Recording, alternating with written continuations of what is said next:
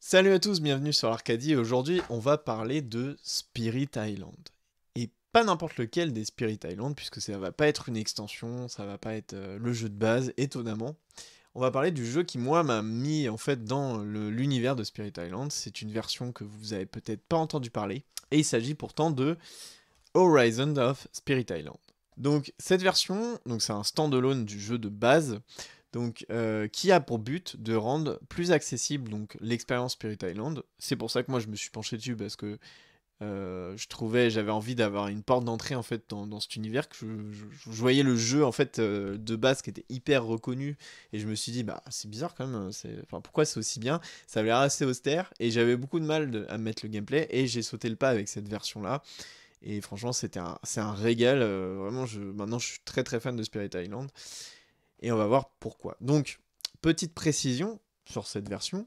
Donc, elle enlève quelques éléments de complexité du jeu de base, mais concrètement, c'est la même chose au niveau des règles. Si ce n'est que c'est un petit peu plus simple à se mettre dedans parce qu'il n'y a que des esprits qui sont fun, qui sont des esprits débutants, mais beaucoup plus fun que ceux du jeu de base. Et donc, voilà pourquoi c'est plus cool. Bon, le matériel est. Pourquoi le jeu est deux fois moins cher que le jeu de base, c'est aussi parce que le matériel a été un petit peu rendu cheap. Moi, je l'aime beaucoup ce matériel parce que en fait, ça change pas du tout l'expérience. Et ça, c'est très cool, on va le voir tout de suite. Donc voilà, donc d'abord je vais présenter rapidement le matériel. Alors vraiment, il n'y a pas grand chose à dire sur ce jeu-là, puisque l'idée c'est d'avoir une version plus cheap de l'original Spirit Island. Donc vous voyez déjà au niveau de l'insert, ça se ressent clairement. On a un truc voilà, en bois très basique avec des sachets en plastique. Bon, boîte à godasses, hein, comme diront certains. Mais c'est pas grave parce qu'en fait, c'est pas ce qu'on lui demande. Et très clairement, l'insert en plastique du jeu original était vraiment pourri. Donc il se tordait et tout. Moi le mien, il a dégagé de la boîte depuis longtemps parce qu'il est vraiment nul. Donc voilà, la petite différence au niveau du matos. Après, on le voit, pour ceux qui ont joué à Spirit Island, ils vont pas être dépaysés quand ils vont voir ce qu'ils voient sous les yeux, hein, puisqu'on a toujours les cartes mineures, cartes majeures, à peu près la même disposition avec la désolation, la peur, les cartes d'invasion, les cartes peur là-bas, la disposition du plateau. Alors vous avez vu déjà qu'il y a un petit changement, c'est qu'on a un vrai plateau de jeu, donc qui est amovible dans le sens où bah, soit vous jouez sur cette phase-là, donc la phase 2 joueurs, donc bien sûr si vous jouez en solo, vous prenez qu'un seul partie du plateau, puisqu'en fait, comment ça se passe, les parties de l'île représentent des plateaux joueurs, hein, donc là on a un plateau joueur ici, là on a un plateau joueur ici. Donc voilà pourquoi c'est deux joueurs. Mais si vous jouez solo, prenez qu'une partie. Et de l'autre côté, c'est la phase 3 joueurs, donc voilà. Donc ensuite au niveau du matos, donc fini les petites les trucs en bois et en plastique qu'on pouvait avoir pour les maisons, les bonhommes, etc., les colons. Ici, on est vraiment sur du full jeton. Et très honnêtement, moi, je trouve que ça va très bien. Parce qu'en fait, je trouvais que c'était un peu surproduit pour pas grand-chose au final. Parce que c'est un jeu très mécanique. Même il est très satisfaisant. Hein, mais bon, les trucs en plastique, moi, j'avoue que j'étais un peu en mode, bah, on paye quand même le jeu cher. Et au final, ça a pas vraiment de valeur ajoutée. Alors que le jeu, voilà, le fun du jeu vient pas de... C'est très bien avec des jetons, c'est très bien comme ça. Moi, j'aime vraiment beaucoup cette version. Et en plus, bah, du coup, on perd au niveau du prix, donc c'est très très bien pour faire découvrir le jeu à des gens. Alors, juste un petit changement, un petit truc à noter. Donc, le livre de règles, ils ont mis un Quick Start Guide qui est ici. Alors, le Quick Start Guide, je vous le dis direct, il est vraiment nul. Vraiment, j'ai commencé par ça parce que c'était ma première approche de Spirit Island. Et vraiment, bah, c'est zéro, hein. En fait, ça te fait tes tours tout seul. Mais le problème, c'est que c'est très compliqué. Enfin, tu comprends pas grand-chose parce qu'en fait, ça t'explique vite fait les trucs, mais surtout, ça joue à ta place. Et en fait, t'assimiles pas du tout les actions. Donc je vous conseillerais direct d'attaquer le livre de règles qui est franchement qui est très très bien, d'une bonne qualité en plus, avec des pages voilà comme ça un peu plastifiées. Non non franchement très très bien le livre de règles.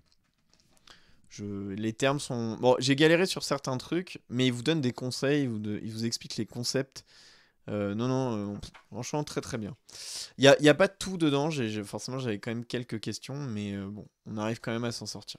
Voilà donc Maintenant, on va passer au principe du jeu. Alors, si vous connaissez déjà la série Spirit Island, donc les changements, puisque c'est une version plus accessible, sont les suivants. Donc, enfin, en tout cas, c'est ce que j'ai recensé moi quand j'ai joué au jeu de base. Donc, vous avez déjà dans un premier temps, vous n'avez pas les cartes Blight, donc les cartes désolation. Quand vous avez un certain nombre de désolations, ce qui se passe, c'est que vous virez du Blight. Là, il c'est pas présent. Enfin, non.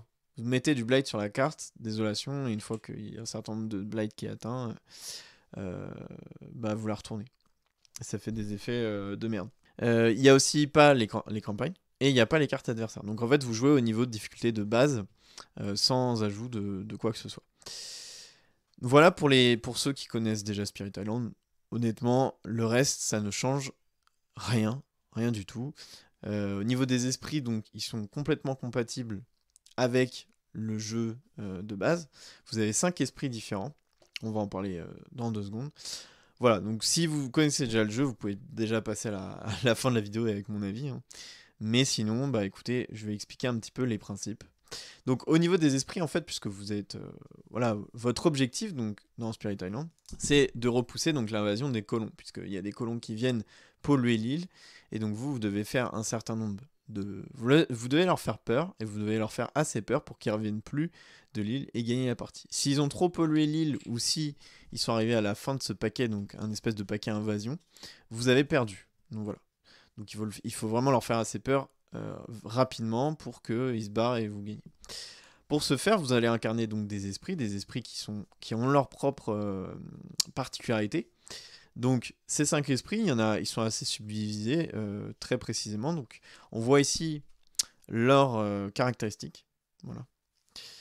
Et en fait, donc il y a concrètement 2 esprits qui jouent l'attaque, donc ces deux-là. Il y a un esprit défensif, voilà, on voit la défense ici, qui fait de la peur. Un esprit un peu équilibré, on peut dire. Et un esprit contrôle et support, qui est un petit peu plus difficile à jouer, mais qui est assez intéressant. Alors, juste pour si les gens qui sont restés du Spirit Island de base, ces esprits donc, sont des esprits qui sont faits exprès pour débutants, donc ils sont très simples à prendre en main par rapport à des esprits qui pourraient être plus difficiles dans le jeu de base. Mais ils sont beaucoup plus intéressants que les esprits de jeu de base, puisqu'en fait, moi, ce que j'avais remarqué quand j'avais joué les esprits de jeu de base, enfin les esprits débutants, c'est qu'en fait, c'était pas très intéressant à jouer, parce qu'en fait, ils jouaient vraiment que sur l'énergie et le nombre de cartes. Et en fait, pour déclencher leur passif, c'était beaucoup plus dur. Alors que là, vraiment, on a quelque chose de très complet. Ils sont tous très intéressants à jouer. Ils ont tous des passifs et des pouvoirs qui sont intéressants. Voilà, moi, franchement, je les ai vraiment adorés, ces esprits-là. Et c'est vrai que quand j'avais touché les esprits débutants du jeu de base, j'avais trouvé ça... je me suis dit, ah ouais, c'est vraiment con qu'ils soient aussi pas intéressants par rapport à ceux-là. Donc il y a eu vraiment un travail par rapport à ça, et c'est très très cool. Donc, une fois que vous avez choisi votre esprit, donc par exemple, je vais prendre cet esprit-là. Hein. Donc, vous le choisissez. Et vous, à la manière d'un certain Beyond the Sun, vous allez remplir en fait toutes les cases qui sont ici. Je vais pas le faire volontairement, parce que on n'a pas que ça à foutre. Hein. Mais en gros, dites-vous que tout ça, voilà, tout ce qui est à droite de mes pions là sont remplis, hein, sont cachés en fait de base. Donc comment ça se passe Spirit Island, c'est là où est tout le cœur du jeu et que j'ai trouvé plutôt intéressant. C'est qu'en fait vous allez, votre esprit vous allez le placer sur la map. En fait il aura une présence sur la map. Donc il va avoir une zone de départ. Donc je sais pas, lui on va dire c'est une espèce de dino croco. On va le placer ici, admettons. Donc vous allez vous placer ici. Donc ensuite vous allez prendre son deck de départ qui est ici, hein, avec des cartes de départ. Des cartes pouvoir. Vous allez placer votre présence et après c'est parti. Alors comment ça va fonctionner Spirit Island? Donc déjà au début de la partie vous allez tirer une carte, hop, voilà. Donc pour dire que des envahisseurs arrivent au niveau des wetlands, donc des espèces de... C'est des marais en fait concrètement. Donc une fois que c'est fait, donc, vous allez devoir choisir une des 3 actions qui est présente sur votre carte, donc je vous les montre. En essayant de ne pas faire glisser. Merde, voilà, j'ai fait glisser. Hop, vous voyez bien là. Vous voyez en haut, il y a 3. En fait, il y a 3 actions. Pick one, vous devez en prendre une des 3. Et en fait, comment ça va se passer? Donc la plupart du temps, vous allez gagner des nouvelles cartes pouvoir. Donc vous allez aller les chercher dans les paquets qui sont là-bas, ici, là. Et, euh, et vous allez en prendre une sur 4. Ça va être un espèce de deck building, en fait. Vous allez récupérer des nouvelles cartes pour construire un paquet. Vous allez gagner de l'énergie, puisque pour jouer ces cartes pouvoir, donc qui vont pouvoir vous permettre de faire des choses sur le plateau, euh, il faut de l'énergie, et donc vous avez, voilà, vous avez certaines actions de croissance qui vous permettent de gagner de l'énergie. Et ensuite, l'action que vous allez avoir systématiquement, presque, c'est retirer un jeton de votre plateau, donc en dévoiler un, et le poser sur, je sais pas, sur un endroit. Alors, la range est marquée sur votre plateau, vous pouvez pas le déposer plus loin qu'une certaine range par rapport à votre dernière présence. Enfin, en tout cas, une de vos présences. En sachant que si vous avez plus de présence sur le plateau, parce que peut-être que les envahisseurs vont pouvoir vous les virer en défonçant une zone, bah vous perdez concrètement. Et la partie est perdue. Mais en tout cas, si vous placez une présence, donc, vous avez une certaine range, et vous dévoilez donc un nouvel effet. Par exemple, là, je gagne l'élément feu. Donc ça c'est plutôt cool. Donc ensuite passe, une fois que vous avez choisi votre croissance, vous allez passer à la phase de jeu en fait, où vous allez devoir jouer vos cartes énergie. Donc pour jouer une carte énergie c'est tout simple, vous la posez, elle n'est pas jouée quand vous la posez juste et vous devez payer son coût en énergie. Donc là on voit que par exemple cette carte là, elle coûte 1. Donc moi je génère 2 par tour d'énergie, donc je veux prendre des jetons qui sont là-bas et je les pose sur mon plateau. Et donc comme j'ai joué cette carte là, je place un d'énergie que j'avais récupéré pour. Voilà. Ensuite, ce qui se passe, c'est que vous pouvez jouer qu'une carte. Donc vous voyez, en fait, vous avez deux lignes. Vous avez la ligne énergie générée par tour et la ligne carte jouée. Et en fait, quand vous retirez une présence de votre plateau, concrètement, vous choisissez une des deux lignes où vous voulez retirer la présence pour dévoiler un nouvel avantage. Donc là, on voit que je peux jouer qu'une seule carte par tour. Donc là, en gros, je pourrais pas jouer plus de cartes. Cette carte, on voit qu'il y a des éléments dessus. Ces éléments-là, ils vous permettent d'obtenir, de générer des éléments. Donc là, ils sont déjà générés dès que j'ai joué la carte. Plus ceux que j'ai passivement grâce au fait d'avoir retiré des présences. Et grâce à ça, ça va définir si vous pouvez faire, en plus de votre pose de carte, un pouvoir inné. Vous avez également un passif. Une fois que c'est fait, on va checker. Une fois que vous avez, donc vous et votre pote, vous avez défini, ok, là, c'est bon. J'ai verrouillé, on va dire, mes actions. Vous allez checker si votre pouvoir est rouge ou bleu. S'il est rouge, c'est que c'est un pouvoir rapide, donc il va agir directement. Si c'est bleu, c'est un pouvoir lent, et donc il va agir après les ennemis. Puisque là, on a capté, les ennemis ont toujours pas joué. Et donc, bah, si c'est un pouvoir rapide, il agit direct, etc. Si c'est un pouvoir lent, on va pas le jouer pour l'instant.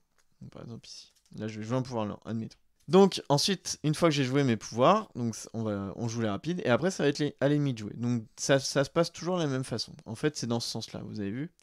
Donc d'abord, les ennemis ravagent. Donc s'ils ont, donc ils ravagent dans la zone qui est indiquée sur la carte. Puisqu'en fait, comment ça va se passer? Une partie classique, ça fait ça en gros. Voilà. Là, on est en cours de partie. Donc d'abord, ils vont ravager sur les wetlands. Donc si vous n'arrivez pas, vous n'avez pas de quoi défendre, puisque vous avez des cartes qui vous permettent de défendre. Eh bien, vous prenez un blight, donc une désolation. Donc pour défendre, il faut au moins qu'il fasse moins de 2 dégâts. Il faut qu'il puisse faire moins de 2 dégâts les ennemis. Donc là, une ville, ça fait 3, un colon, ça fait 1. Donc là, c'est mort, tu vois, typiquement. Donc il faut bien penser à défendre ces zones. Ce que vous pouvez faire également, c'est... donc vous avez vu, vous avez des indigènes avec vous. Vous pouvez les déplacer, ça va être au cœur de gameplay de certains esprits. Donc vous pouvez déplacer les habitants locaux pour que quand ils défendent une zone, ils ripostent, donc ils détruisent des villes, etc., des colons. Mais par contre, attention, c'est une règle qui est très importante dans Spirit Island, si vous pouvez pas défendre une zone où il y a des colons, bah les colons ils se font défoncer avant même de pouvoir riposter. Donc faut vraiment faire attention aux colons parce que c'est une vraie force en fait de Spirit Island, donc faut utiliser convenablement. Donc ensuite, quand vous avez fait ça, les ennemis vont construire. Donc là, par exemple, ils vont construire sur la montagne. Donc bon, là il n'y a rien sur la montagne parce que en fait j'ai passé leur exploration. Mais admettons, s'ils construisent sur les montagnes, il faut il y ait au moins un colon. Et s'il y a un colon, ils vont construire soit un village, soit une ville, en fonction de certaines conditions que je ne vais pas vous expliquer ici. Et ils vont explorer, on tire une nouvelle carte, et là on rajoute des colons sur toutes les cartes jaune, donc là c'est du sable. Tous les emplacements jaunes du plateau. Alors il y a certaines conditions pour lesquelles on ne place pas de colons, mais je vais pas vous les détailler ici. Vous le verrez quand je jouerai au jeu. Ensuite on déplace, on déclenche les pouvoirs lents, etc., etc. Et après nouveau tour. Donc tant que vous n'avez pas épuisé votre stock de Blight ici, la partie suit son cours en fait. Et c'est un peu à la pandémique, c'est-à-dire que si vous avez déjà une zone où il y a du blight, ça va déborder, donc vous allez générer encore plus de blight. Donc attention, parce que ça peut aller très vite. Bon, euh, voilà, cette version-là de Horizon, comme c'est une version qui est un petit peu plus accessible, c'est très difficile de perdre, même en difficulté avancée, parce que le jeu propose une difficulté avancée. Donc vous inquiétez pas, vous allez vraiment vous faire la main sur ce jeu-là, il y a vraiment aucun. Alors voilà, je vous ai donné pas mal d'informations, j'en suis désolé, hein, le but c'est pas de passer 10 ans sur les... C'est un petit peu de vous dire ce que vous allez faire dans le jeu, donc votre but vraiment ça va être de défendre ces zones, d'utiliser au mieux les ressources, donc les ressources c'est les indigènes, de placer au mieux vos présences, parce qu'en fait, ce qui est sympa c'est que les pouvoirs ils ont des ranges, donc vous pouvez, si vous n'avez pas de présence dans des endroits où vous voulez agir, ou apporter, bah, vous pouvez rien faire.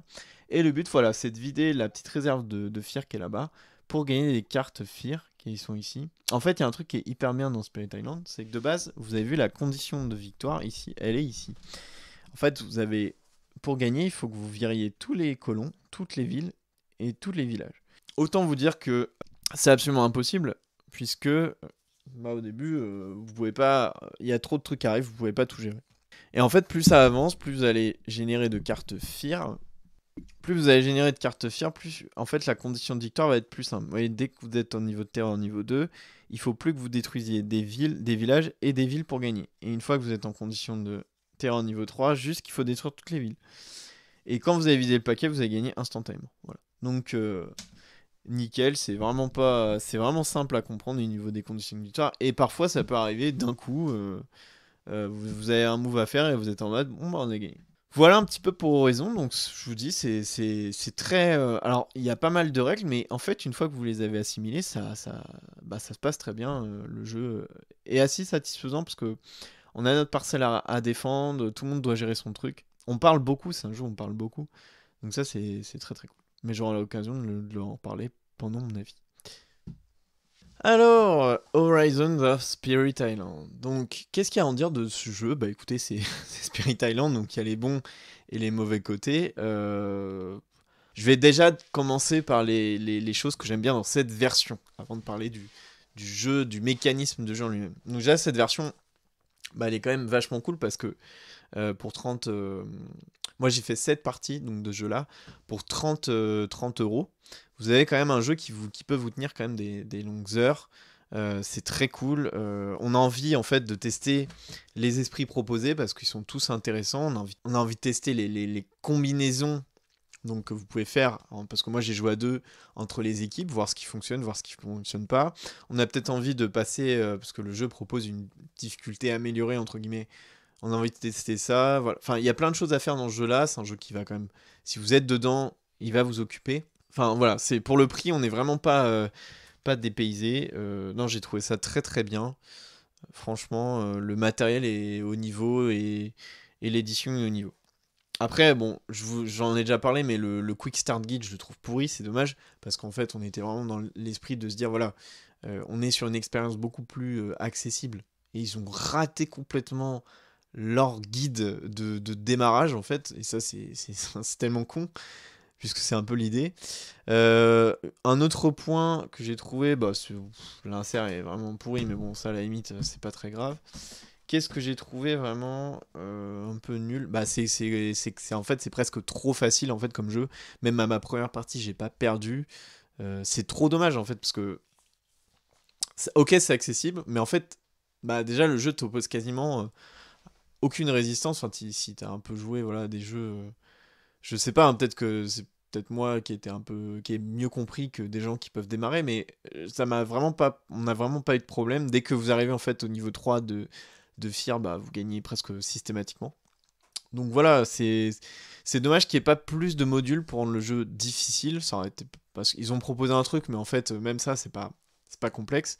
Donc bon, vous pouvez faire des règles maison, mais c'est vrai que c'est un peu dommage que ce soit si simple, parce que du coup, on reste un peu sur notre faim, et on se dit presque, bah, je suis un peu obligé d'acheter la grosse version pour avoir les trucs, les éléments qui rendent le jeu bien plus compliqué. Ça, c'est le seul point noir de cette édition que je trouve dommage, mais sinon, à part ça, bah... Donc, on retrouve du Spirit Island. Alors, ce qui est top dans Spirit Island, c'est vraiment... Bah, la thématique est cool et originale, et elle est très très cool. C'est assez mécanique comme jeu, c'est très clairement mécanique, mais le gameplay est très satisfaisant. Il y a toute cette mécanique de sort qui est rapide, qui est lent, qui intervient pas au même moment. Voilà, ça c'est un timing à gérer. Quand vous êtes moins dans l'urgence, vous avez tendance à jouer des sorts plus lents. Mais après, il faut équilibrer son paquet aussi, parce que vous pouvez pas avoir que des sorts lents, que des sorts rapides. Puisque les sorts rapides souvent sont moins forts pour gérer les grosses menaces. Le système de pouvoir majeur mineur est très cool, les pouvoirs majeurs ils sont ultra fun à jouer, je trouve. Non, moi j'aime beaucoup le système de Spirit Island, je le trouve bah, très très bien fait, et je crois que c'est vraiment, dans cette version-là, c'est vraiment la même chose, l'expérience, à part quelques éléments supplémentaires. Après, ce que j'ai pas trop aimé dans Spirit Island, bah écoutez, j'ai fait 7 parties, donc vraiment s'il y avait un truc qui m'a gêné, alors que le jeu était très simple, bon j'aurais arrêté avant quoi. Bah si, ce que je pourrais dire c'est qu'il y a certains éléments qui sont pas, que je trouve pas très clairs. Ça c'est, je pense, voilà, le truc que j'ai le plus à reprocher dans ce système, c'est les zones d'ombre. C'est toute la partie, par exemple, les zones côtières, les zones euh, à l'intérieur des terres, il y a des trucs, voilà, il y a des trucs, même encore aujourd'hui, je suis un peu en mode où est-ce qu'il faut build les colons ou les faire apparaître, des fois c'est pas clair parce que t'es obligé de... C'est des règles voilà, qui sont pas simples à mémoriser, que je trouvais ça un peu dommage. Mais voilà, je pinaille vraiment, moi je trouve ça vraiment top comme jeu.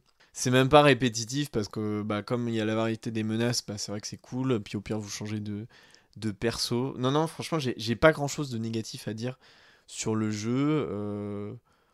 Ouais, très mécanique, un peu froid, mais bon, vous communiquez quand même pas mal avec votre allié. Même si j'aurais aimé un peu plus. Vous voyez, c'est marrant parce que au début, j'avais mal compris les règles, et en fait, je pensais que les éléments que vous donniez, enfin, que vous mettiez, ils étaient partagés avec votre allié. Après, je me suis aperçu que c'était pas le cas.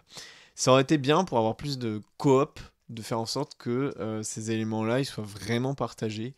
Et du coup, tu aurais le sentiment de dire, voilà, moi, je mets ce pouvoir-là, peut-être pour toi, te faire gagner cet élément-là. Alors, il y a une carte qui te permet de le faire, mais ça aurait été cool de faire tourner le gameplay comme ça. Après, ça aurait été peut-être trop simple aussi par la suite, je sais pas. Voilà, en tout cas, c'est un énorme oui pour moi. Si vous voulez tester vraiment ce que c'est l'expérience Spirit Island, bah, je vous conseille vraiment cette version. Au pire, vous attendez la VF. Mais non, non, excellent. Des bons sentiments de jeu, envie d'y revenir. Je vous dis, le seul problème, un peu trop simple, mais à la limite, bah, vous achetez le jeu de base. Vous pouvez intégrer tous les éléments, les esprits. Vous pouvez rajouter même dans cette version les trucs qui rendent le jeu plus dur. Hein, ça, il n'y a pas de souci. Mais voilà, non, non, très très cool. Et le choix aussi, je trouve que le choix de matériel est même mieux dans celui-là que dans celui de base sur certains trucs que j'ai trouvé dans le jeu de base vraiment un peu naze. Genre les trucs en plastique, en bois, je trouve que ça sert à rien. Là voilà, c'est simplifié, mais c'est très très bien, c'est une très bonne chose. Voilà, j'espère que mon avis était assez complet et que bah, vous êtes maintenant décidé à savoir si vous allez acheter le jeu. Voilà, je le conseille hein, parce que moi franchement je passe un bon moment. Si vous avez aimé cette vidéo, n'hésitez pas à me le faire savoir, à mettre un petit pouce bleu, à vous abonner. Voilà. Et vous avez vu, j'ai mis merci à mon abonné qui m'a dit de mettre un petit pop filter, puisque bah, j'ai écouté un petit peu là, le retour. C'est très sympa, merci à lui. Je vous dis à la prochaine. Salut!